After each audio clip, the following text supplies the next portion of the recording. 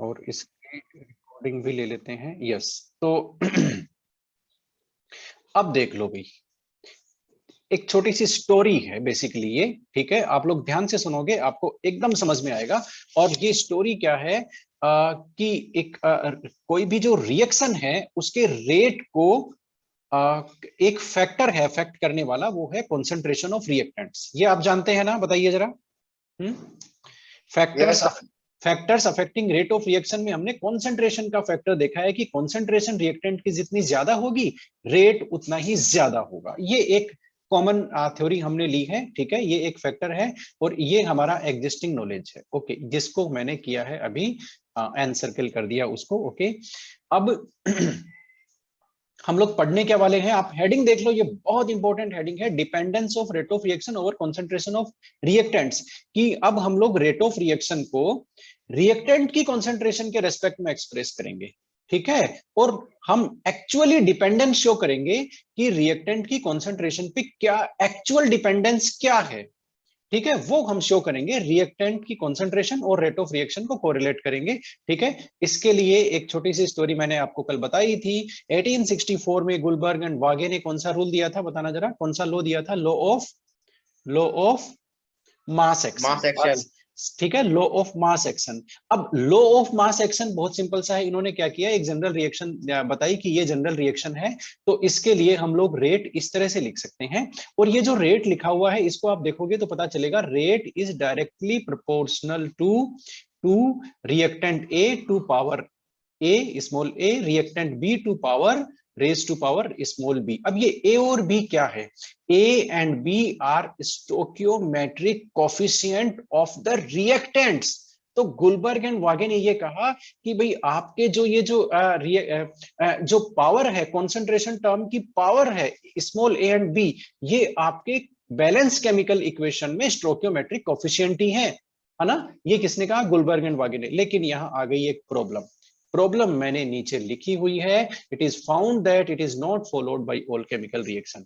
ये गुलबर्ग एंड वागे ने दे दिया, लोगों ने इसको चेक करना स्टार्ट कर दिया, ठीक है, पता चला कुछ रिएक्शन में तो ये फॉलो हो रही है, कुछ में नहीं फॉलो हो रही है ना, ठीक है। अब जो नहीं फॉलो हो रही, वहां क्या आया? वहां ये आया कि ए और बी की जो वैल्यू है वो स्ट्रिक्टली जो स्टोकियोमेट्रिक कोफिशिएंट थे उनके इक्वल नहीं आ रही थी, तो वहां ये रूल फॉलो नहीं हुआ, लॉ ऑफ मास एक्शन। तो फिर इन्होंने ये एक करेक्शन किया कि भाई अब इनको स्ट्रिक्टली स्टोकियोमेट्रिक कोफिशिएंट न कहें इन पावर्स को, ठीक है, एक काम करते हैं, स्मॉल ए और बी पावर में नहीं लेते हैं, पावर में ले लेते हैं हम लोग x and Y.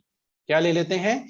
X and y. और फिर ये कह दिया कि इस एक्स और वाई की वैल्यू स्टोकियोमेट्रिक कोफिशिएंट जो आपके ए और बी है इनके इक्वल हो भी सकती है और नहीं भी हो सकती है। देखो फ्लेक्सिबल बना दिया ना इसको, पहले स्ट्रिक्ट कंडीशन थी कि स्टोकियोमेट्रिक कोफिशिएंट के इक्वल ही होंगे पावर्स, ठीक है, कंसंट्रेशन टर्म की पावर। अब इन्होंने फ्लेक्सिबल बना दिया, ठीक है, कि ये जो पावर्स हैं, कंसंट्रेशन टर्म की पावर्स जो भी हैं, वो ए और बी के इक्वल हो भी सकती हैं और नहीं भी हो सकती, ठीक है। अब इन्होंने ए और बी को रिप्लेस किससे कर दिया? एक्स और वाई से। ये उसमें लॉ ऑफ मास एक्शन में करेक्शन हो गया, और ये जो करेक्शन हुआ है ये है रेट लॉ। और ये रेट लॉ क्या बता रहा है, देख लो जरा, क्या बता रहा है, जहां मैं टिक कर रहा हूं ये बता रहा है रेट ऑफ केमिकल रिएक्शन। वापस देख लो जहां मैं अंडरलाइन कर रहा हूं, rate of chemical reaction is directly proportional to the concentration of all the reactants where each concentration term is raised by some power x and y, ठीक है, and these x and y may or may not be equal to stoichiometric coefficient a and b, ठीक है। तो ये पूरा origin है किसका? Rate लो का। कल भी हम इसकी डिटेल में बात कर चुके हैं, आज वापस हमने यहीं से स्टार्ट किया है, ठीक है। अब ये जो आपका, अब वापस यहीं से ले लेते हैं, ठीक है। अब ये जो रेट लो है, ठीक है, जो प्रोपोर्शनलिटी कांस्टेंट था, प्रोपोर्शनलिटी साइन था, उसको हमने कांस्टेंट में कन्वर्ट कर दिया। ये लो proportionality constant a to power x और बी टू पावर वाई। अब ये जो k है, k मिला है आपको, ये पूरे चैप्टर में आपको परेशान करने वाला है, ये बहुत इंपॉर्टेंट टर्म है, और ये है आपका रेट कांस्टेंट। याद रहेगा, भूल तो नहीं जाओगे, बार बार आएगा ये आपके सामने, हर न्यूमेरिकल में आएगा आपके सामने रेट कांस्टेंट। और ये जो इक्वेशन मैंने लिखी है, दिस इज इक्वेशन नंबर 1, ये आपकी रेट लो भी है, रेट इक्वेशन भी है, ठीक है, रेट एक्सप्रेशन भी है, कुछ भी बोल सकते हैं इसको। ओके, और ये जहां अभी मैं टिक कर रहा हूं बड़ा बड़ा, ये जो रिएक्शन है, ये जो इक्वेशन है, sorry, this is known as differential rate equation. ये देख लो, ये डिफरेंशियल रेट इक्वेशन, इसको याद रखना, इसके फॉर्मेट को, ठीक है। डिफरेंशियल रेट इक्वेशन में हमने रेट को इस तरह से एक्सप्रेस किया है ना, मैथमेटिक्स के हिसाब से, और बाकी वाला जो जो नेक्स्ट पार्ट है इक्वल टू के राइट वाला पार्ट है वो सेम ही है, उसमें कोई चेंज नहीं है, ठीक है। ये डिफरेंशियल रेट इक्वेशन है और ये रेट लो है, ये समझ लो जरा। अब चलते हैं आगे, ये 3 पॉइंट बहुत ही इंपॉर्टेंट है रेट लो से रिलेटेड, ये आप लिख चुके हैं आई, ठीक है। और इनमें है क्या वो मैं बता देता हूं। पहले वाले तो रेट लो की डेफिनेशन है, कोई दिक्कत नहीं है। आप रेट लो देखो, रेट लो जो हमारा टॉपिक है कि dependence of rate of reaction over the concentration of reactant, है ना। तो रेट लो में हम यही कर रहे हैं, रेट को हम कोरिलेट कर रहे हैं रिएक्टेंट की जो हमारी कंसंट्रेशन है उनसे, ठीक है। तो ये देख लो, ये क्या है, रेट लो क्या है, representation of rate of reaction in term of concentration of reactant is known as rate law. इसको रेट इक्वेशन भी बोलते हैं, रेट एक्सप्रेशन भी बोलते हैं। नंबर 2 डेफिनेशन आपको समझ में आई हुई है क्या, बताना जरा फटाफट, कल भी हमने बात की थी। नंबर 2 बता दो फटाफट, नंबर 2, नंबर 2 को फटाफट पढ़ो भाई, और किसी को भी दिक्कत है तो मुझे तुरंत बताओ। नंबर 2 बड़ी इंपॉर्टेंट है, टेक्निकल डेफिनेशन रेट लो की यही है कि ये एक मैथमेटिकल एक्सप्रेशन है, ठीक है। मैथमेटिकल एक्सप्रेशन है, वहां पर क्या है, reaction rate is given in terms of molar concentration of reactants, yes, with each term raise to some power, हर कंसंट्रेशन टर्म पे एक पावर है, which may or may not be same as the stoichiometric coefficient of the reactant species in the balanced chemical equation। इसमें मेरे ख्याल से कोई doubt नहीं होना चाहिए, आपने कोई डाउट रेज भी नहीं किया, ठीक है। तो अब पॉइंट नंबर 2 देख लो जरा, समझ भी लो, पढ़ भी लो, है क्या बता दो मुझे, कोई भी बता दो मुझे, पॉइंट नंबर 3 क्या कहता है, कोई भी, एनीवन प्लीज फटाफट। पॉइंट नंबर 3, या मैं नाम अनाउंस करूं?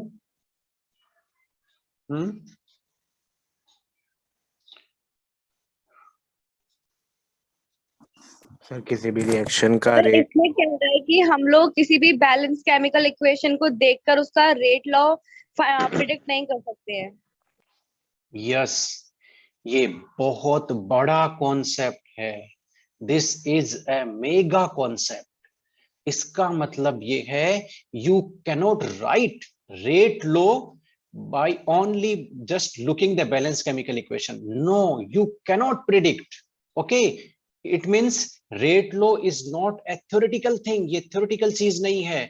आपको rate law predict करने के लिए you have to perform experiment, it means the rate law is determined experimentally only, it can be determined only experimentally, this is a mega concept। हमेशा ध्यान रखना, आपके लाइफ में you will never face such question, ऐसा question कभी face नहीं करोगे कि ये रिएक्शन है और इसका रेट लो बताओ या इसका ऑर्डर बताओ, no, you will never face, because ये जो रिएक्शन का ऑर्डर और रिएक्शन का जो रेट लो है, दैट इज एक्सपेरिमेंटल थिंग, ये थ्योरेटिकल नहीं है। आप रिएक्शन का बैलेंस केमिकल इक्वेशन देख करके रेट लो नहीं लिख सकते हैं, यदि आप लिख रहे हैं इट मींस ये आपका रटा हुआ है, आपने बुक में वो एग्जांपल याद किया हुआ है, रटा हुआ है, then only you are able to write the rate law, otherwise you have to perform experiment in the laboratory.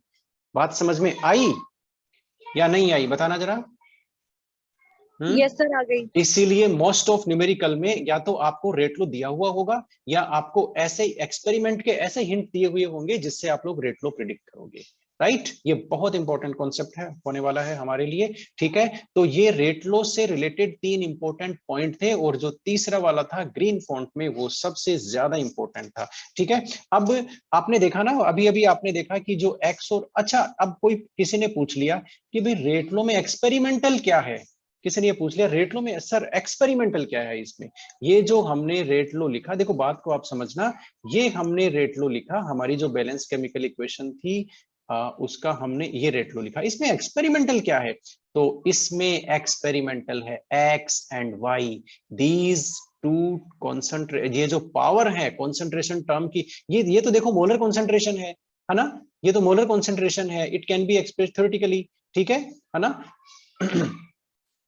ये रेट कांस्टेंट है, ये एक पर्टिकुलर रिएक्शन के लिए पर्टिकुलर टेम्परेचर पे कांस्टेंट वैल्यू होती है, ठीक है। तो एक्सपेरिमेंटली क्या डिटरमाइन करना है, experimentally we have to determine the x value of x and y. तो एक्स एंड वाई ये जो पावर है कंसंट्रेशन टर्म की, ये एक्सपेरिमेंटल है, और ये हमारे लिए नेक्स्ट टॉपिक है, what are these x and y, ये हमारे लिए नेक्स्ट टॉपिक है। बात समझ में आई आपको, ठीक है। तो अभी आपने देखा कि एक्स एंड वाई, ये जो x एंड y है, ये a और b के इक्वल भी हो सकते हैं, और बताना जरा, may or may not be equal to the A और बी रिएक्शन कोफिशिएंट। वो हमेशा एक लाइन हमेशा याद रखना रेट लो की, कि x एंड y may or may not be equal to the reaction coefficient of in the balance chemical equation, ठीक है ना। उसके इक्वल हो भी सकते हैं और नहीं भी हो सकते हैं। ओके, तो अब कुछ एग्जांपल देख लेते हैं जिनमें इक्वल है, और एक देखते हैं जिसमें इक्वल नहीं है,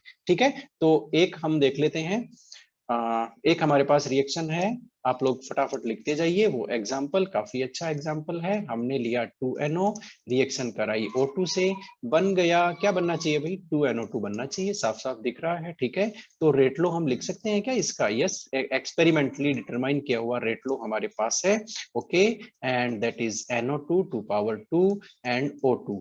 अब जरा इसमें प्रिडिक्ट करो, x is equal to a और y is equal to b है क्या, फटाफट बताओ मुझे, फटाफट, फटाफट बताओ। यस यस, ये है, are same with a and ये लो, ये ए को ही मैंने एंड की स्पेलिंग में भी शामिल कर लिया, उसको a एंड b। बात सही है क्या, ए और बी के इक्वल है, देख लो। एनओ का रिएक्शन कोफिशिएंट कितना है, 2, ये देख लो, एक्स की वैल्यू 2 है ना। तो ये ए है और ये हमारा रेट लो में एक्स है, ठीक है।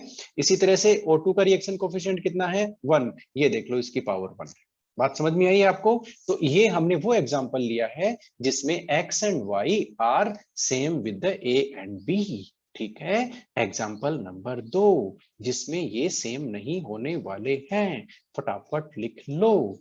ओके, तो ये बन गया 4NO2 प्लस O2, ठीक है। तो इसका रेट लो लिख देते हैं। रेट लो ये सारे ये experimentally determined and we are taking from the reference books, okay, और टेक्स्ट बुक, ओके। ये रेट लो है। अब जरा बताना यहाँ पर x एंड y की वैल्यू सेम है कि नहीं है, x ही है यहाँ पर, तो y तो है ही नहीं, सेकंड टर्म तो है ही नहीं। तो x की y, x is not same with a, ये देख लो, a के साथ सेम नहीं है ना। a की वैल्यू तो क्या है, देख लो जरा, मैंने कहा गोला किया 2, और x की वैल्यू क्या है, a की वैल्यू आपकी 2 है, x की वैल्यू आपकी 1 है। बताओ जरा। तो आपको समझ में आ गया ना कि गुलबर्ग वागे वाला जो रूल है वो क्यों फेल हुआ, लॉ ऑफ मास एक्शन, क्योंकि बहुत सारी रिएक्शन में x और y की वैल्यू a और b के इक्वल नहीं होती है। And hope this example you have written, okay. अब हम चलते हैं आगे, और आगे चल के हम कहाँ जाएंगे, हमारे पास एक बहुत ही इंपॉर्टेंट टर्म आ गई है। अभी अभी रेट लो में k को मैंने क्या नाम दिया था, बताना जरा, k का नाम क्या है, sir, rate constant. Yes yes yes, यही हमारा हेडिंग है, रेट कांस्टेंट, ठीक है। के, रेट कांस्टेंट के। अच्छा, इसको और भी कोई नाम है क्या इसका, सुना है क्या आपने, नहीं सुना है तो सुन लो और लिख लो, ये है specific rate of reaction, specific rate of reaction, लिख लिया आपने। अब रेट कांस्टेंट है बोल करके क्या, ये आप लोग अच्छी तरह से जान चुके हो। रेट लो में जो के है वो ही आपका रेट कांस्टेंट है, यही आपका रेट कांस्टेंट है। इतनी बात हो गई, इतनी बात सबको समझ में आई हुई है, इसमें कोई दिक्कत नहीं है। हम करने जा रहे हैं रेट कांस्टेंट को डिफाइन, रेट कांस्टेंट को किस तरह से डिफाइन करेंगे, और वो हम सेम उसी तरह से करेंगे जैसे हमने इलेक्ट्रोकेमिस्ट्री में Z को डिफाइन किया था। हमने इलेक्ट्रोकेमिस्ट्री में Z को डिफाइन कैसे किया था, I और T की वैल्यू हमने क्या ले ली थी, 1, टी की वैल्यू क्या ले ली थी 1 सेकेंड, और इसकी ले ली थी हमने 1 एम्पियर। तो W is equal to Z हो गया था कि नहीं हुआ था, बताना जरा। बता भी दो।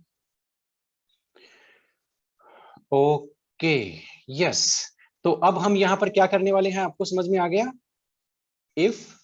if molar concentration of A is equal to molar concentration of B is equal to 1 unity, बात सही है क्या? तब क्या होगा, बताना जरा। then rate becomes equal to rate constant, और rate constant becomes equal to rate। बात सही है क्या, बताना जरा। अब आप डेफिनेशन बना सकते हो क्या, या मुझे बोलनी पड़ेगी डेफिनेशन? आप बना सकते हो क्या?